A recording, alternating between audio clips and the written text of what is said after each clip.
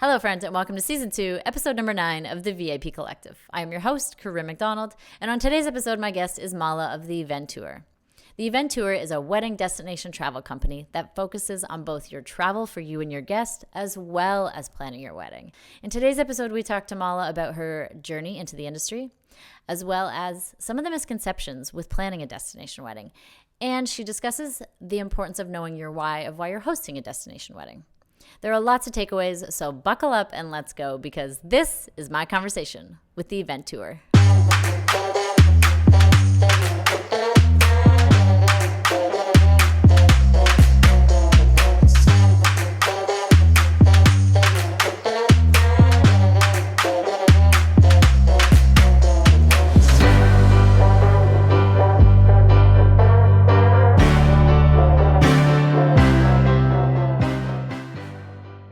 Hello, darling. Hi. How are you? How are you? I'm well.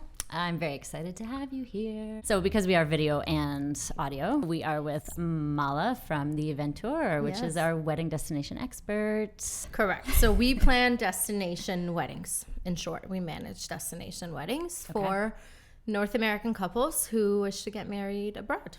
Amazing. Yes. Let's deep dive, a little bit into when you started this. I incorporated in 2011. Yeah. So it started shortly before then. There wasn't a huge gap between when I thought about it to when I put it on paper and started doing it. The business plan was also put together in 2011. I ripped it to shreds in 2012. Never looked at it, never made one again. Realized very, very quickly that wasn't going to roll out that way, or the thoughts that you have just it doesn't work. So a lot of the times I find a lot of in being a planner, you spent so much time into planning, and I don't know if business plans really are what they seem to be. Like a business plan, like setting in stone what you think you're going to do. That 25-page document that you're spending 6 months on, and everyone requires. And the banks require, and all of that. And I think that very few people 5 years later, 7 years later, could look back and say that worked for me. I'm pretty drastic and dramatic. So the second I realized it wasn't going to roll out that way, I ripped it up, I put it away, and I thought, okay, let's really roll into this. The way it started was, the Eventeur, I always say, was born out of passion for travel. We are a travel company before we are anything else, and we're very true to that. So I was a traveler. I think a lot of people say that, and it's a word used a little bit loosely, but before Instagram was popular, before any of that, my husband and I would go to Cairo to have dinner. So we were very, very, very much immersed in travel. I was born in Iran. I came to Canada when I was 11, so I'm from an immigrant family, and I own a passport by birth that allowed me to maybe go to a handful of countries visa-free, and even those, and for many that I needed a visa for, I probably could never get a visa. So it took my father 6 months to get to Canada. 6 months from the day he left. You could write a book about his journey. Really? Yeah, it went all the way through Europe to South America. What time frame is this? Years? He left in 94, and he overnight. So he said bye, and the next morning he was out. So when he got to Canada, he had $10 left. And so what I knew back then, and way before that, I had gone to Dubai. Was my first plane ride ever, which is so exotic to some people, but for us it was an hour and a half flight. Right. And Dubai back then was so developed. So I discovered vending machines that gave out the colorful pom-pom hair ties. Mm-hmm. And I was like, what the heck is this? And it comes out of a machine. And, everything from Coca-Cola coming out of the vending machine to all of this really incredible, just lights and sights that Dubai was. And I thought, okay, in my head, I got on a plane, which you're discovering a plane for the first time as a child. And then I was 5 or 6 maybe, and you're going to Dubai. And Dubai was so drastically different than where I came from, yet similar enough. It was still the Middle East. So I remember thinking travel was so cool. Anyway, so when he got to Canada, we would talk sometimes. It took him 2.5 years to get me here. Mm-hmm. So I remember when I got here, he said, you have a passport now that will allow you to to do anything and see anywhere and go anywhere and do all these things. And I was this like 11-year-old kid. Oh my gosh, you know, what is this passport and what does it mean? And I think to this day, I'm very aware of the privilege. And in many ways, one, I'll never move out of Canada. I'll never live on a beach. That is one way of it. Right. I'm always so joyous to come back to it. I realize how lucky I am. But in a way, I realize how lucky I am to be able to travel. Travel didn't come easy to me, and it didn't come cheaply to me. So when a little bit later, I met my husband now, boyfriend at the time, who is probably the only person in the world slightly more adventurous than I am. And he sort of just, I think it was meant for us to meet. He woke it up in me, and he, you know, if I said to him right now, I don't even know, do you want to go skydiving at 7:00? He'd go. Really? Yeah, he'd go. I'd say, do you want to go to Japan tomorrow morning? He'd go. And this wasn't always when we had the money to spend. It was, what credit card could we put Japan on? Right. And just go. Experience first. It was always experience first. And it wasn't, you know, it wasn't, not to say there's anything wrong with sharing it. And Instagram has brought a lot of positive into a lot of people's world. But this was way before that, right, where we weren't really also taught how to do it. So we were looking up books and, you know, going through Lonely Planet and all of that to figure out what to visit and what to do, and learned very, very soon, which I still try to sort of instill in a lot of my clients these days, is we learned very soon not to make a lot of plans, not to make reservations, not to, you know, and we'll touch on this I think later too, but a lot of my clients are like, well, Monday morning yoga at 9:30 and 12:30 lunch and 7:30, and I say, I promise you're gonna get there and you're gonna rip this up and throw it out, because you're for once in your life don't have to go by a schedule. Right.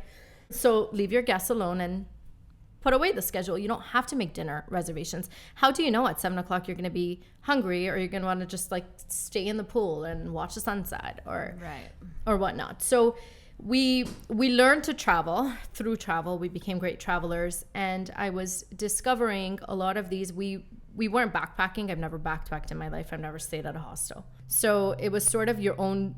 It was a very different brand of travel that we were building that included all the comforts, and I understood what that meant and how to sort of navigate that. But at the same time, we were super immersed in culture, which I think is the exact same way our business runs now and the Eventeur runs now. Is you're very well taken care of and you're super comfortable, but we do try as much as we can to push you a little bit to experience that a little bit more. Right. But your husband's not involved in your business. Oh, God, so no. He's been the one to bring out the adventurous side. Yes. But you are doing this business on your own. He's doing his own thing. Yes. But so very quickly, it for you. Yes. Gotcha. So very quickly, I realized that. So he was in a very good position at a company, and where he added a lot of value and was able to take all of this time off and was able to travel. I wasn't. I was working at a doctor's office as a nutritionist for, I think I made it 6 months in one day before I called my friend and said, I'm walking out. I couldn't do it. Yeah.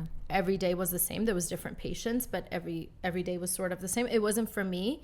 It also wasn't affording me to travel. So time was my biggest currency, I guess, at the time.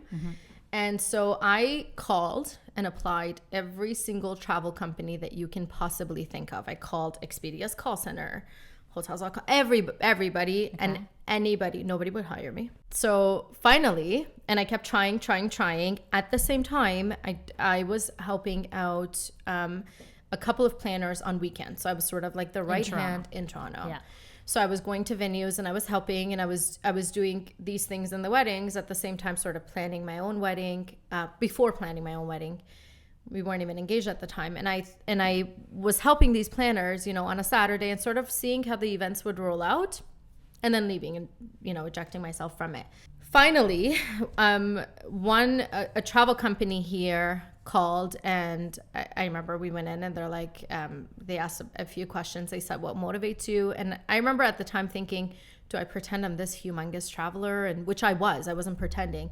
Do I go at them from that? And then I said, listen, I want to make money, and I want to do it in a way with people, or in a way where, you know, they're understanding my need for travel, or my where I was back then. You wanted a job that would send you there and pay you. I wanted a job that would be more understanding of my time off. Right. And not necessarily pay me. Right. One of the biggest misconceptions actually in my business is that I get paid to travel. I don't. I still don't get paid to travel. No client has ever paid for one of my trips. They don't pay for your flight? Nothing? Never. Not one client has ever paid for a flight or a hotel stay of mine. So do you build that into a package though, so that it works out? We build it into a package, but I have a lot of relationships where I'm not paying for my hotel. So I could take that and bill it to the client. I never felt good about it. Right. So I never have. Wow. But it isn't, nobody is paying me to travel. The second misconception is that I now, this business is affording me to travel. The last trip I took for leisure was 6 or 7 years ago. I'm no longer going on vacation with my husband. So in a way, this thing was born out of travel, and in a way it completely shut off our travel, which is, a whole other story. But I got hired by this company, and they moved me into the groups department. And as soon as I was in the groups department, there was, 15 people, 30 files on each person's desk, and it was all various all-inclusives and all of these couples going and getting married there. And there was 1,000 mistakes being made, and nobody really understood, why these brides were going. I don't think the brides understood. I think a lot of them were like, oh, because it's easier and because it's cheaper. So was it a travel agency or was it a travel agency? It was a travel. And so if I was a bride, I walked in and said, hey, I want to get married in Mexico, and trusted the travel agency to book my wedding there? They would book your wedding, and they would say, okay, so like there's the Royalton and the Rio and the right, here's your selection, pick one. Grand Bahia, all the ones that are pumping out 5 or 6 weddings a day. The Royalton, for example, every time I'm in there going over a rooming list for our couples, because we do book guests there, but we don't really have weddings there. I've seen brides in the lobby compare bouquets with each other, 3 or 4 at a time. So it's a completely different sense, but Gotcha. People don't know that, and brides don't know that. This agency was, and a lot of agencies out there are really good at the travel part, but they're not really understanding what a bride wants on the other side. So because I knew all of these locations, a lot of Jellyfish, for example, that probably does, 40 or 50 weddings a month. Is that a now? Venue? It's a restaurant in Punta Cana. Okay. I accidentally went to Jellyfish for dinner late 2017. So it wasn't through the industry that I learned it, but I was telling these brides where I was in my position. I was saying, maybe your guest could stay here and the wedding could be here. Or I was taking everything that I learned on Saturdays, helping event planners and sort of giving them an experience that was a little bit more bridal, that was a little bit more customized. So there were more of a farm factory where it was like, where do I go? What do I do? And your bouquet might even be the same. Whereas, and then that's when you kind of light bulbed that you could go to these places and hunt out different areas and then say, hey, look how amazing this is. Yes. Both. The thing is that it was a mix. Destination weddings are a mix of our marriage between the event industry and the travel industry. Mm-hmm. Both of those were being ignored. It wasn't that one was being ignored. It wasn't like guests had the best travel experience and the wedding side was being ignored, or that the wedding was really paid attention to and the travel side was being ignored. Both were being ignored. And unfortunately, there's a lot of companies still that do one or the other really well, but they don't do both. They don't do both. They don't mix them. They don't integrate them. They don't marry them. They don't understand the importance of integrating them. So like you said, a light bulb went off and I said, let me go ahead and do that. Okay. And that was 2011. So your first client in 2011 reached out to you? No. So I incorporated in 2011 and I decided I'm going to learn everything that I possibly can in the travel industry. Right. And that's when I met a client and I said, I can either do it for you like this, or I could, do it for you differently. And I remember I drove, I was willing to do anything. And I drove, she was an hour and a half away from where I was with a contract in my car that I had printed, and I didn't, I wasn't so digital at that time. And it was a lot of asking. It was a lot of people who trusted me very early, whom I'm still very, very thankful for. It helped being in the industry, in the travel industry a little bit. I knew my travel side really well and I knew what I was talking about there, but they weren't friends. But I was doing this, and that's why a lot of people are like, well, I don't have time and I work 9 to 5. And I'm like, well, what are you doing from 6 to 9 and from like 5 to midnight? That's amazing. Right? So 6 to 9 a.m. a.m. Which is the best time to work, by the way? It's the best time to work. Are you a morning? I watch the sunrise nearly every day. And it is, if there's one thing that's allowed me to have my time management the way I have, is my mornings. Agreed. Is my few hours in the mornings. It's the best. I actually have an alarm. I have an alarm that mimics the sunrise. I don't have an alarm. So I have it set for... That's awesome. It takes 40 minutes. So at 4:40, because I'm at 5 a.m., it starts coming on and my room just fills this orange glow. It's amazing. And then at 5 a.m., the birds and the sounds of the ocean. I need that. Come on. It's the best Send thing. me the name. I've actually woken up a few times and thought that my room was full of natural daylight. Like, it's... Because the light is so good. What's tough right now. I know. So, 5 a.m., up and at it. But, like, that work time between 5 and 9... uninterrupted. Is uninterrupted, and knowing it goes so people fast, are sleeping. though. They're not. Although I pause my inbox all the time. Yeah. Right. That's the only way. Always. Give yourself periods of time. Yeah. Okay. But then it's always interrupted. So you were doing wedding planning with I was other planners in Toronto. Then you were working with the travel agency. So then I mixed those two learning. You were working from 5 a.m. until midnight. I was working probably more. Right. I worked from 5 a.m. to 8 a.m.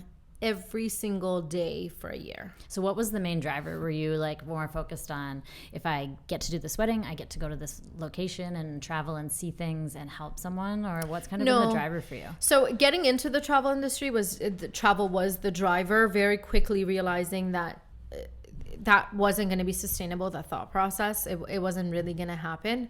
There was something very unique, and I believed in it. I still do. I don't believe... I know, actually, that no one does what we do. There's something about that drives me.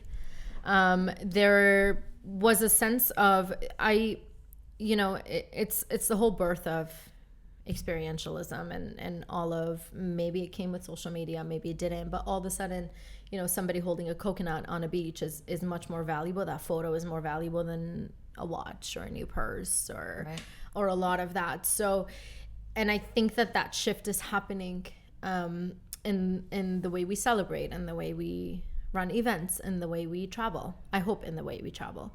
It's happening in a lot of various areas of our life. So then with that came the birth of elopements and people wanting to go to this super unique location to get to. And for me, I think the main basis of happiness, or one of them really, is other people, and it's loved ones, and it's gatherings. And I do believe in celebrating. You're going to work 9 to 5 every day, all day, all night. If you don't celebrate these big events in your life and these big monuments in your life and milestones, and doing them really well and doing it with the people you love, it's a very dangerous direction, I think, to go to as a whole, which is a little bit of a disconnect with elopements that I have. And as much as we do destination, I've never really gone that route. Do you find that they're getting a little bit more intimate? Because I feel like when I hear someone's going to have a destination wedding, typically it's going to be, this is my belief, and you can correct me, like it would be 25 to maybe 60 of your closest friends and family that are going together. That's our usual number. And I feel like,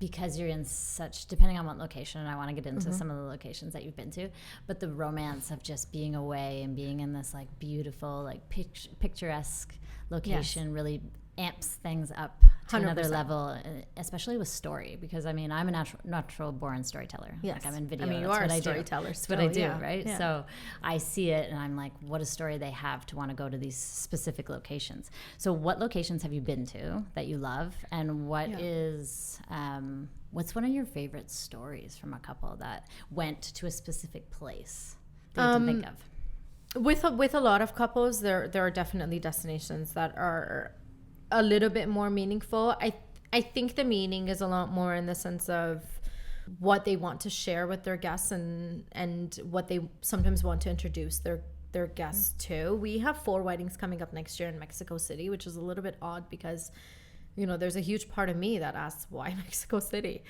And then there's a huge part of them that want to introduce that and want their guests to have an experience they'll never have again in their life. So some people want to bring people out of their comfort zone of always being in their country or being around their house and their home, and saying they want something extremely different. That is rare.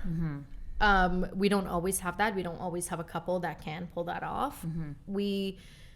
I'm convinced, have the first Canadian, if you know this, tell me, but I don't think so. I think we have the first Canadian couple going to Cartagena for a wedding, full Canadian, both sides. Okay. Not one connection here or there. So for nobody has been to Colombia before. You know, everybody thinks that Colombia is Narcos on Netflix. So it's not. That's 55 people who are now going to know it's not, right. And who are now going to know Colombia is safe, and it's beautiful. There is so much to see, and it's beautiful, and it's wonderful, and it is. They would not have that experience had it not been for this wedding that they're invited to. Amazing. A lot of them feel a sense of comfort traveling with a group, which is understandable. So I find guests sometimes are a little bit more willing to push themselves knowing that they're with a group. I think that we help a lot in our interaction with guests because they know who to reach out to, and they know who to ask questions to, and they know who to talk to, and they sort of know this agency that does it all the time.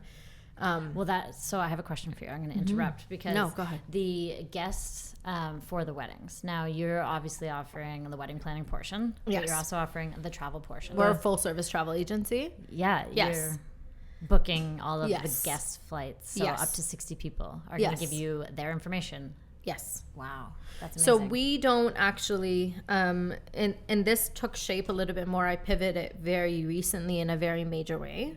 I'm also reading the book Traction, which I haven't heard of that one. it's great. Is it? Yeah. When if you're at I had waited to get to a certain point in my business. You have to have a certain, for it to make sense, sales and staff and all of that. But I waited to get to that, and I was like, this is the hype. But you'll wake up in the morning and want to pivot. Oh, wow. Yeah, it pushes you. Traction, folks. Traction, Gino Wickman.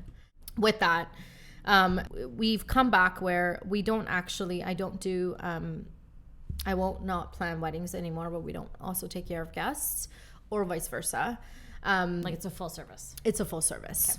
So Which is amazing.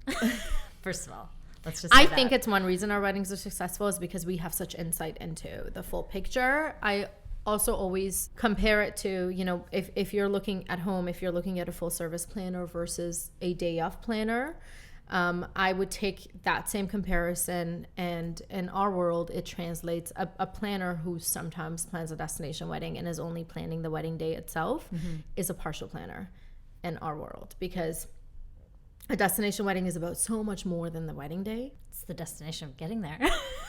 Not just that, the reason a lot of couples are choosing destination is not the wedding day. It is spending time with their guests outside of that 5-hour window. It is about everything they get to share before and everything they get to share after, and all of the things that they get to do together, and that once in a lifetime opportunity of that many guests spending that much time.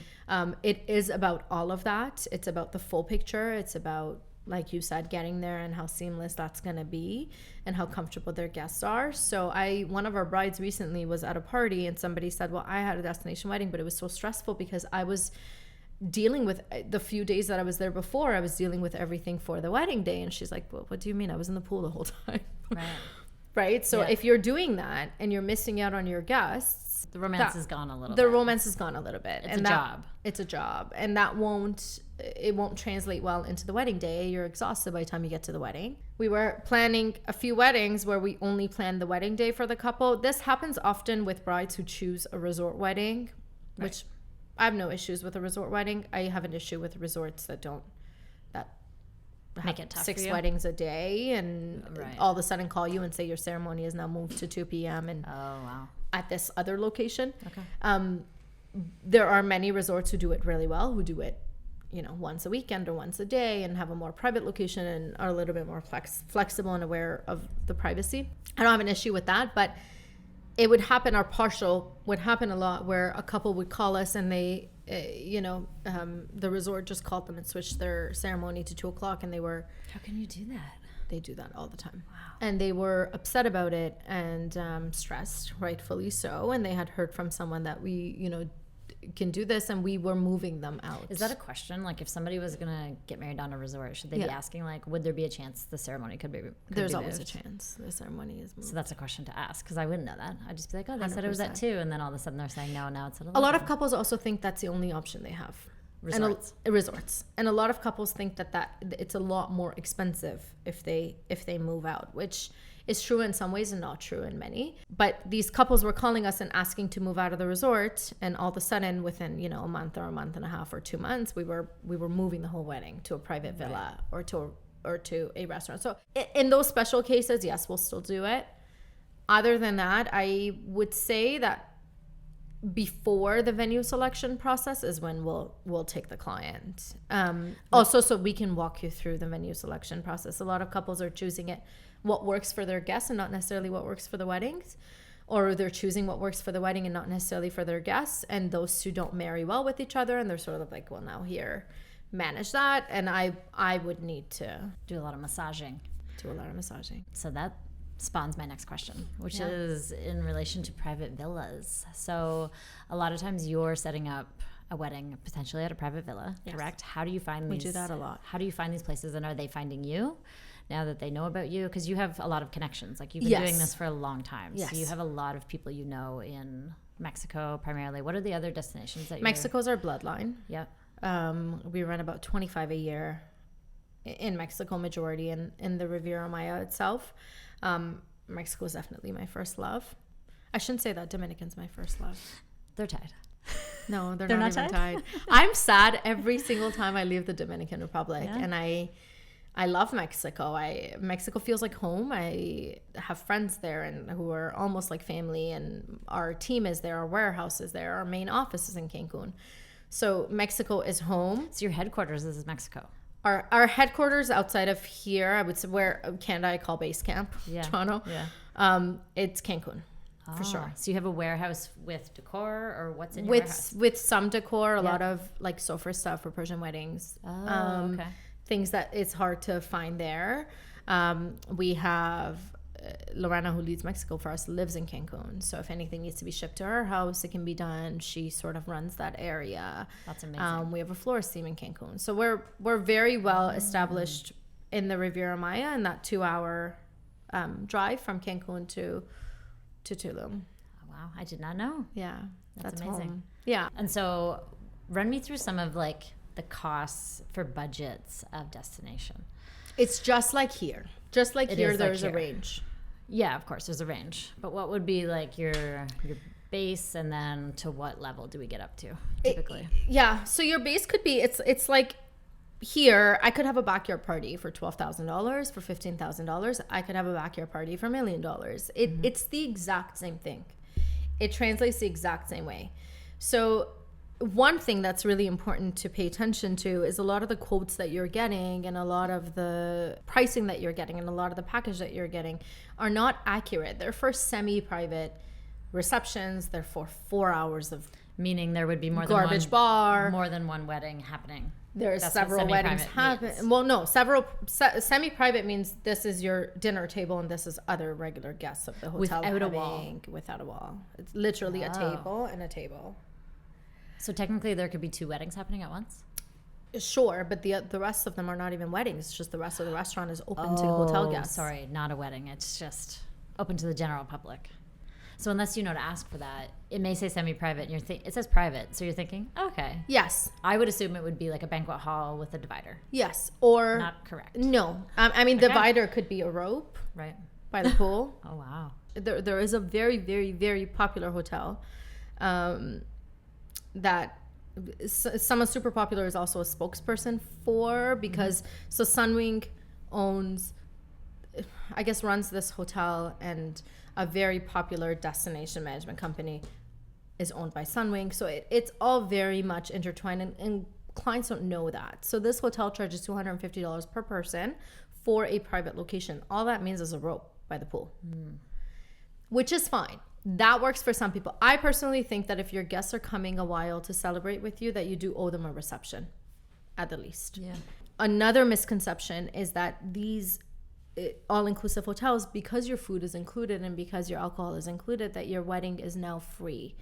it couldn't be farther from the truth.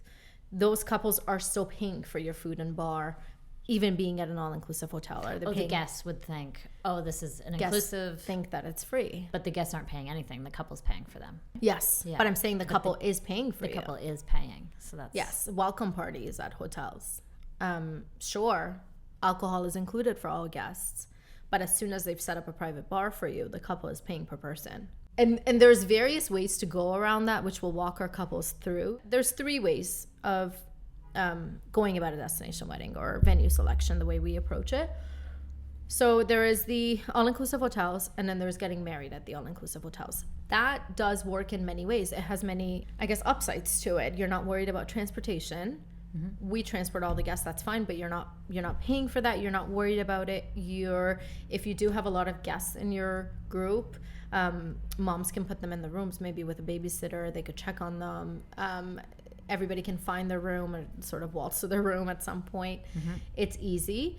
But within that, we then recommend hotels. We're not owned or loyal to anybody. Yep. So it really is what best suits our clients and our couples. But we recommend hotels that are a little bit more private, that are more flexible, that are better at running the wedding side. Yeah. So this brings us to our third option, right, which is our most popular option.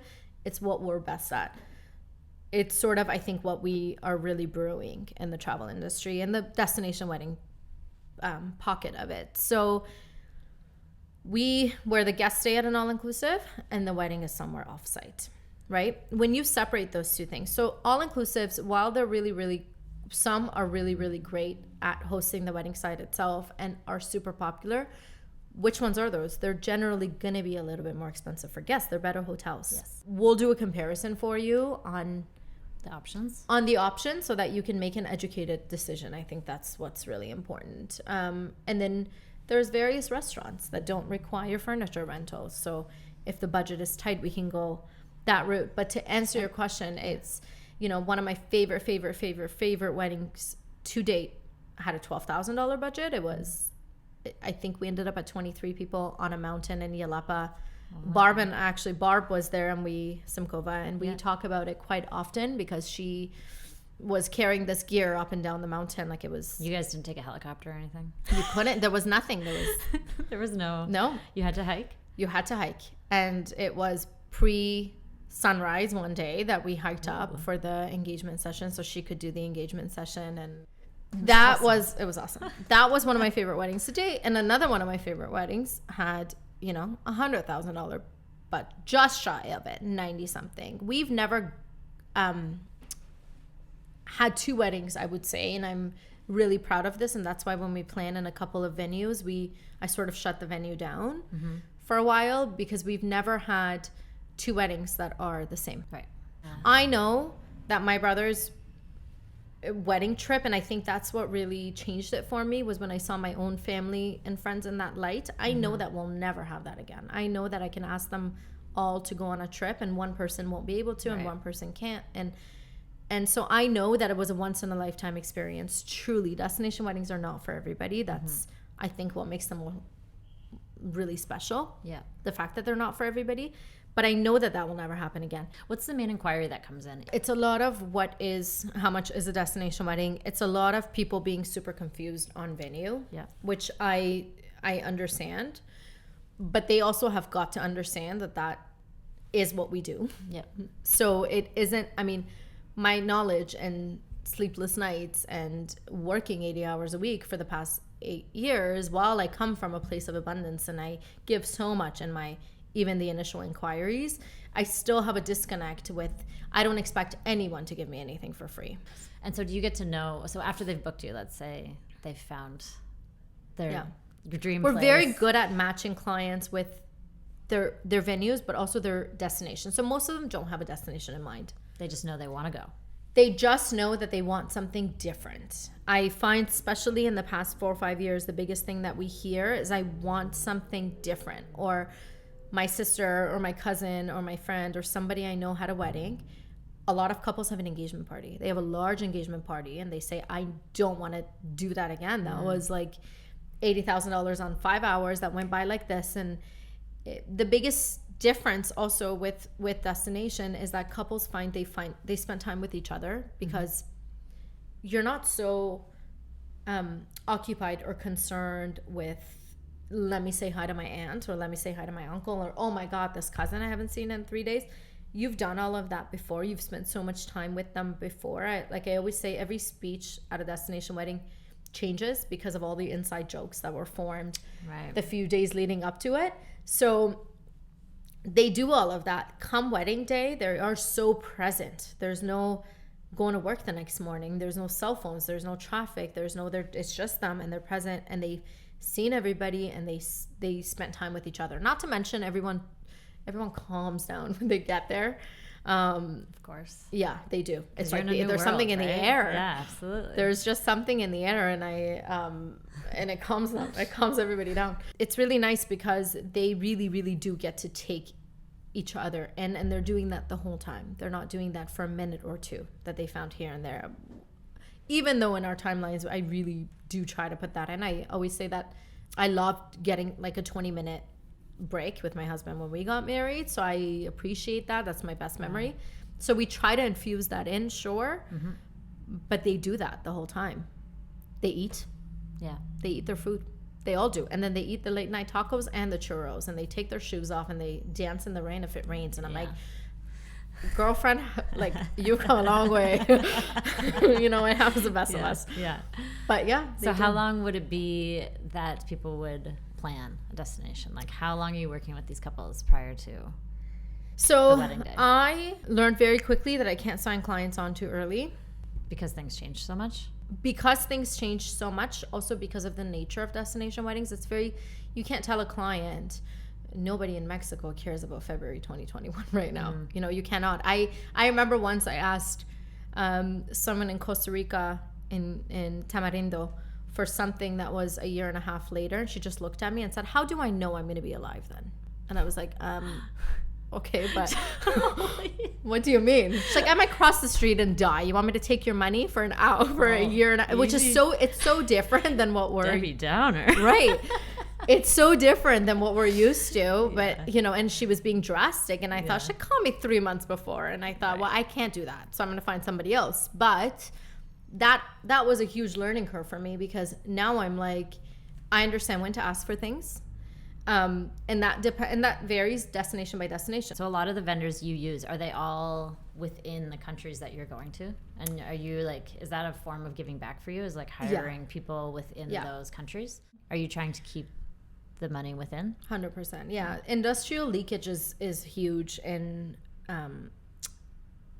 travel. When it comes to destination weddings, the way we started it, and I had to learn sort of how to make it work for me, was that when the wedding is offsite for that one day, even if it's that one day, your guests are getting a local experience. Your guests are eating local food, and they're interacting with different people. But not only that, you're now far lessening the industrial leakage of travel. You're leaving some of your money that you're spending. It's not going to, the hotel's owner in Spain. It is staying within the country. So we hire a lot of, for example, there was a man who would cut coconuts on a beach, and we asked him, do you want to come do this at our weddings? And he has a job in the event industry now. Oh, really? Yeah, cutting coconuts at our amazing. Events.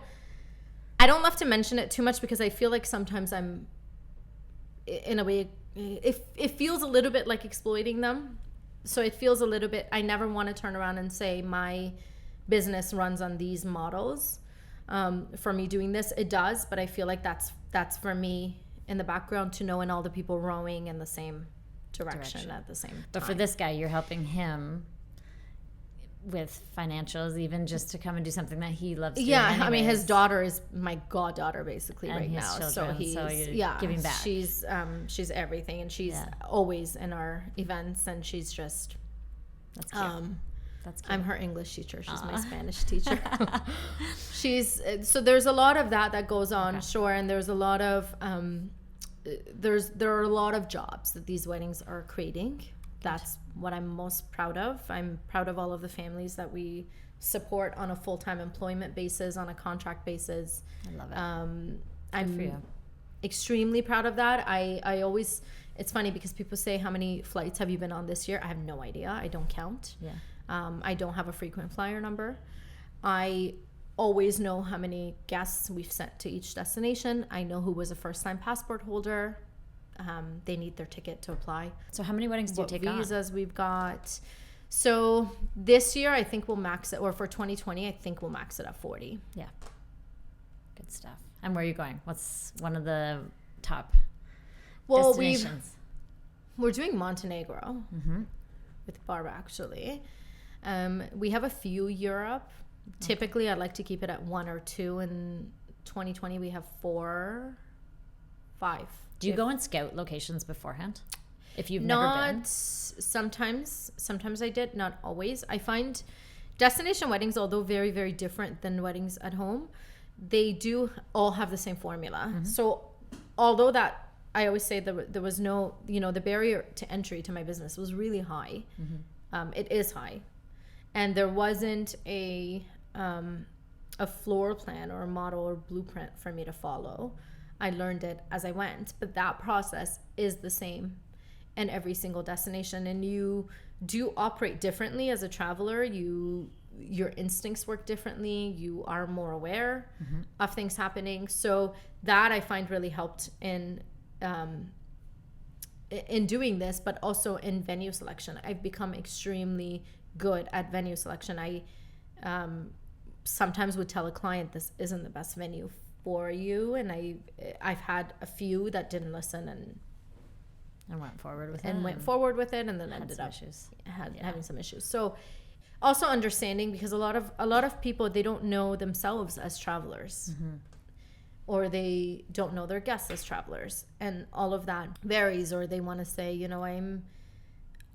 they're not super honest with what is important to them and what isn't important to them, and maybe sometimes are shy about it or feel they want to be a certain way. And that's another thing. And one advice I would say, not advice, but I'll say what worked for me. What worked for me was when I made the pivot of listening and hearing everything every single person had to say, instead of coming from a place of, you're not in my industry and nobody understands, and this is this and this mixed and nobody's done. And when I switched that over and listened, that really did a lot for my business. What's your biggest business takeaway thus far to this stage? Because you sound like you're making a lot of pivots and a lot of changes, but what's been probably your favorite piece of advice thus far? I don't like using the word entrepreneurship. I think it's used very loosely and very dangerously. I think a lot of us are self-employed or small business owners. I don't think we've done the financial risk of entrepreneurship, which some would argue I have. But being a small business owner, I think that one misconception is that you are now your own boss. I would say just put your head down and focus. But another thing is that you're now your own boss. You have no free time.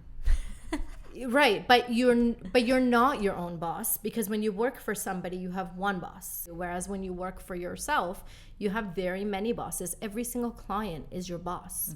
Every single employee, if you're a good enough leader, very much dictates your day. I don't get sick days. I don't get days off. If I wanted a day off, I would have to call up 45 couples times 2, 90 people, and say, are you okay with me being off today? That's really how I look at my business and how I see it and how I vision it, not from a place of, I'm my own boss and I get to do what I want. And I sure, there are certain things I don't let dictate me 100%. My inbox doesn't dictate my time. A lot of that I've learned. But I think the biggest takeaway is that stop thinking that entrepreneurship, small business owners, or even being self-employed means you are now your own boss. Because your clients are all your bosses. Yeah. And if anything, it is easier when you have one boss to report to. You know how to deal with that boss. It isn't easy to have. That's why it's not for everyone, right? There's people who could be just as effective, but have a boss that they report to, and they're probably a rock star. Right. But as soon as they try and go out on their own because entrepreneurship sounds cool, then that's when things might crumble a bit. It's because you're expecting these different things from it. And I wouldn't say that I ever did. I didn't go into this industry, or I never would, fly 12 times a month thinking that I wasn't going to do something big or noteworthy. That wasn't ever it. I was always going to do that, and I always came from that place. But I think that completely separating it from yourself, your business as its own entity, separately. You need to put the oxygen mask on it. You need to feed it, nourish it. You need to feed it. You need to understand that it isn't you. You need to not take it personally. You need to understand the time that it needs and the attention that it needs. Most successful people I know are very compartmentalized with various things in their life. Like, this is my home, this is my work, this is my friends, and and they're not apologetic about any of it. And I think a lot of the time, before your business becomes a certain size, those compartments are muddled together, and it's sort of like home becomes work and work becomes home and time off becomes work time, and until you completely separate it from yourself and you understand that this is its own entity, these are its bosses. And that's why mornings for you work for you, work for me, and work for me. I love them. Okay, so a couple more questions for you, Madame, because I loved having you here, but let's give a key piece of advice for a bride or a couple considering a destination wedding. Consider your guests with just as much importance as the wedding day itself.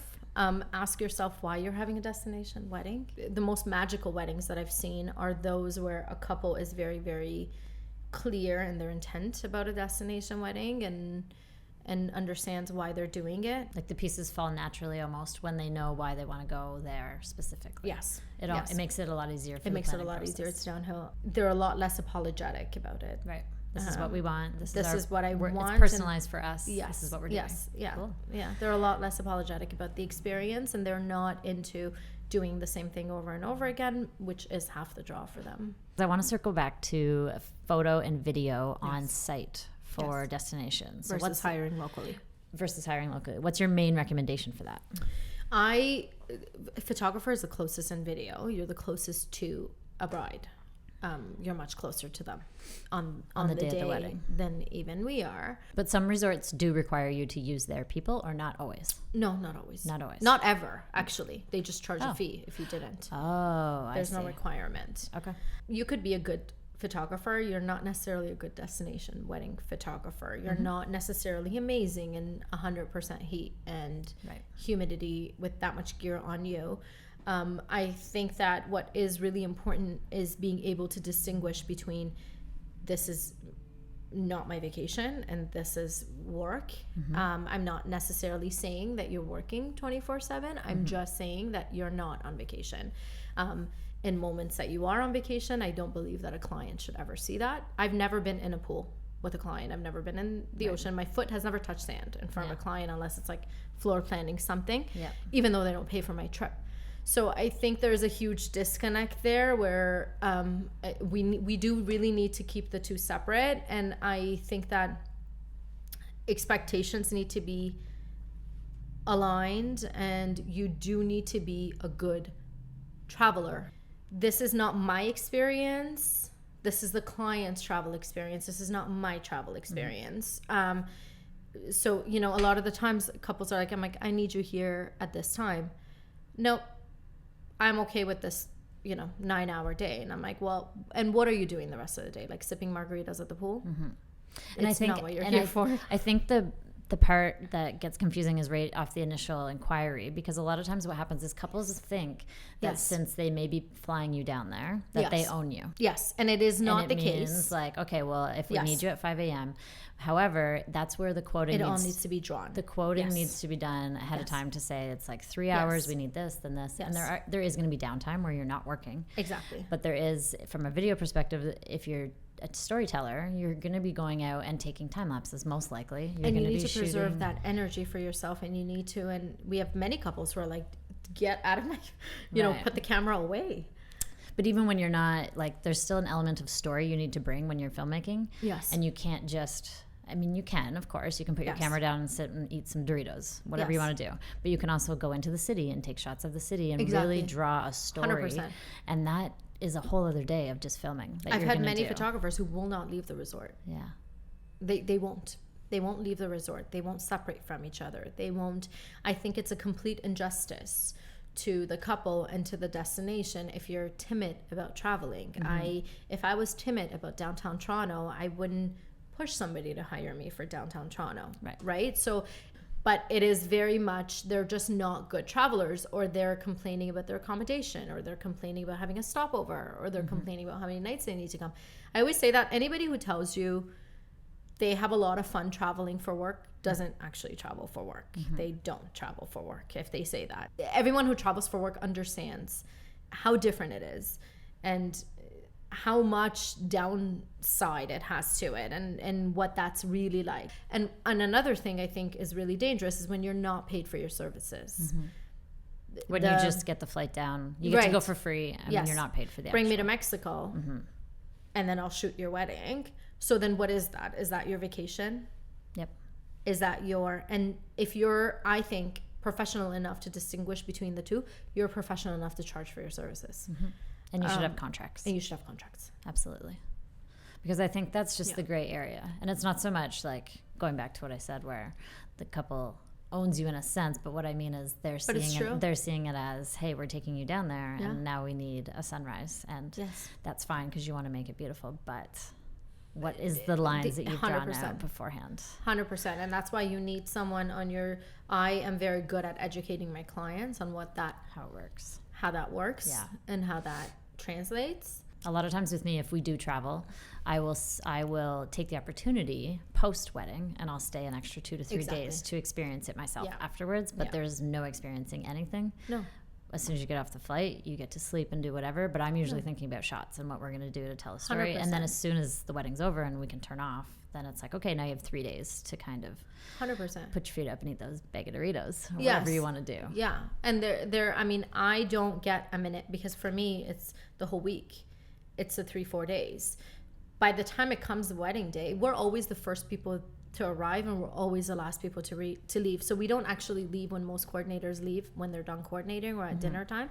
We're the very last person to leave the venue. That's policy. It always happens. But also our job started days ago, right? So we've been setting up for a welcome party. We've been distributing welcome bags. We've been checking guests in. We've been handling transfers. By the time the wedding comes, that's our 3rd or 4th day.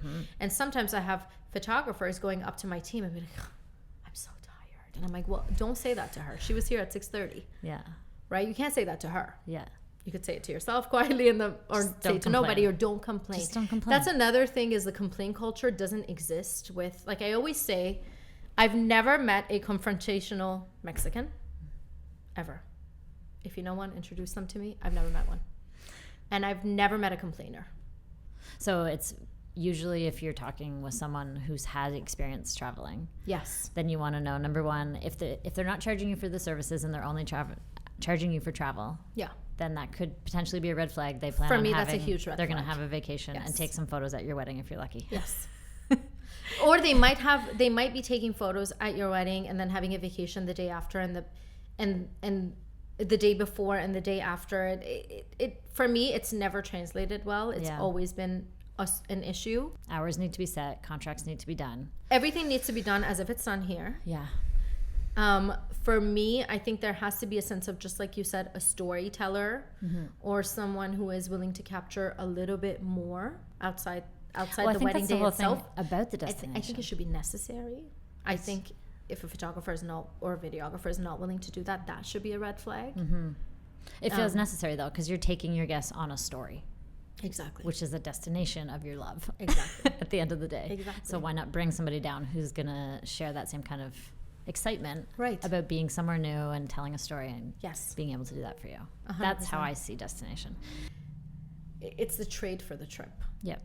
That I have an issue with, because there will be resentment on both sides, where they expect a certain level of work and you're by the pool lounging, and then you're expecting a vacation that they've given you in return for your work. So then that mixes that up.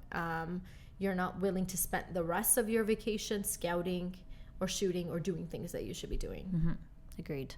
I've loved having you. Me too. This has been fun. You've shed a lot of light on destination, which I do not know that much about myself. Yeah. Our team doesn't do a lot of You have to come along with us. But we should come along with you. Yeah. If people do want to find you, where do they find you? I'm at the Eventeur, TheEventeur. On Instagram. On Instagram. Or your website. Or the website, theeventeur.com. And before I let you go, I would love for you to address our beautiful audience with a question that you might be wondering. I'm wondering what you might be doing, or what your suggestion might be that you're doing for the industry as a whole and not just your business. So if you're a planner, yes, the question is, what are you contributing? Yes. To the industry to change it? To nourish it, to change it. It goes with where do you see it going, but are we sort of just shifting with it in every direction that it takes us? Or what are we doing to be a little bit more innovative, or to be a little bit more aware, to be a little bit more intentional in all of the decisions that we make? I have it down packed for the travel side. I'm very, very intentional in all of the decisions that I make and how that contributes to the travel industry. Mm-hmm. I'm not on this side. And so we want to find out. And I want to find out. That's a great question.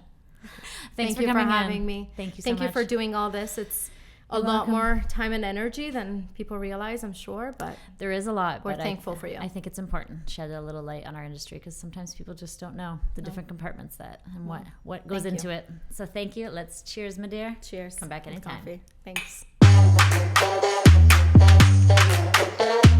Guys, that is it for season 2, episode number 9 of the VIP Collective. I hope you enjoyed it. If you did, please feel free to give us one of these. And you can also hit subscribe so you don't miss next Wednesday's episode. As always, guys, thanks for watching. We'll see you again next week on the VIP Collective.